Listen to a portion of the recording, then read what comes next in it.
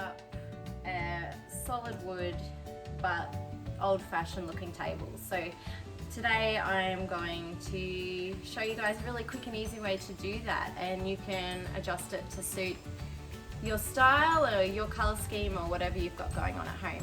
So this is a timber table. It had quite a dark varnish on it. So I've already begun sanding back the varnish, so it's going down to a really nice light white timber underneath, which is a lot more popular at the moment in modern homes. So you've got to make sure you've got yourself the right equipment. Obviously I've got my earphones or earmuffs to protect my ears and some glasses. I probably should be wearing a mask because it is pretty dusty as well. Get yourself a good sander. You don't want to use a tiny little mouse sander that you're going around and around and around in. So think about the equipment that you're using. You can pick one of these up secondhand pretty cheap if you've got a few jobs that you want going, or buy yourself one new or hire one. Most of the local hardware stores will hire equipment like this out to you.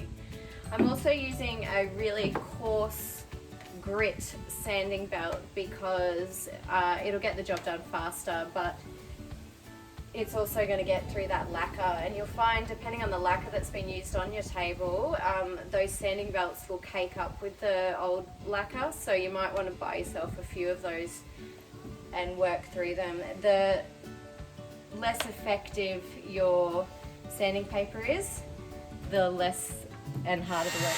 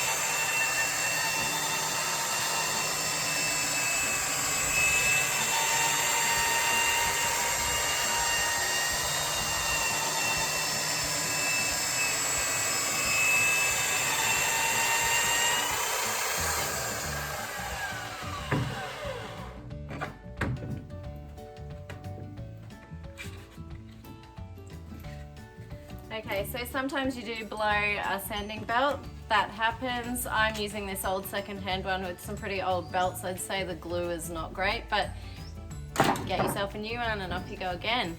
A few helpful tips and hints as well. Make sure you're sanding with the grain of the timber. Going against the grain can make it scratchy looking and is harder to sand, so it's easier to go with the grain and you'll have a nicer finish at the end of it. This table here has the grain going in a few different ways, so I had to make sure that when I was sanding these sides I went with the grain here, which is different to over there. Now sometimes that makes the joins difficult to do. Try not to shove your belt sander in there. That's when you end up gouging out joins and things like that, which won't look good on the finished product. So there might be a few little areas that you want to touch up by hand sanding at the end.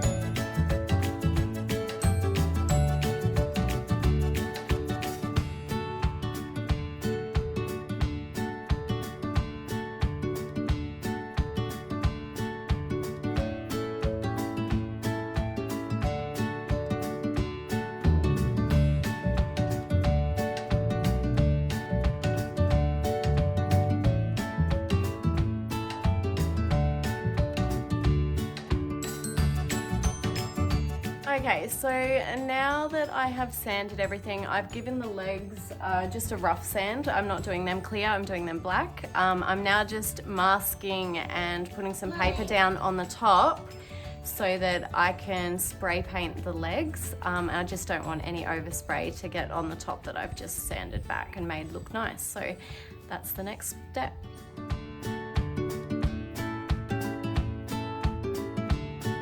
Okay, so it's all taped down around the edges. That way I get nice clean lines. I'm painting the legs black with spray paint, so I've protected the top and used masking tape to get those clean lines along the edges. So the next step will be to do that spray painting. I'm going to drag the table out onto the grass so I don't wreck my new deck. After that, once it's dry, I will varnish the top and hopefully have a really nice, more modern looking kitchen table that my kids can destroy.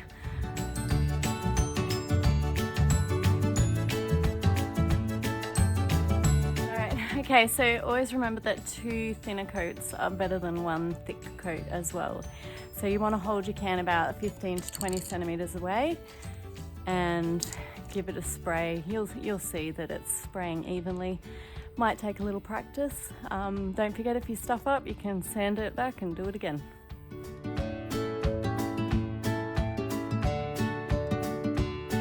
Okay, so final step is I'm going to put on a couple of little details and then I'm going to put a nice clear finish on top to protect and seal it.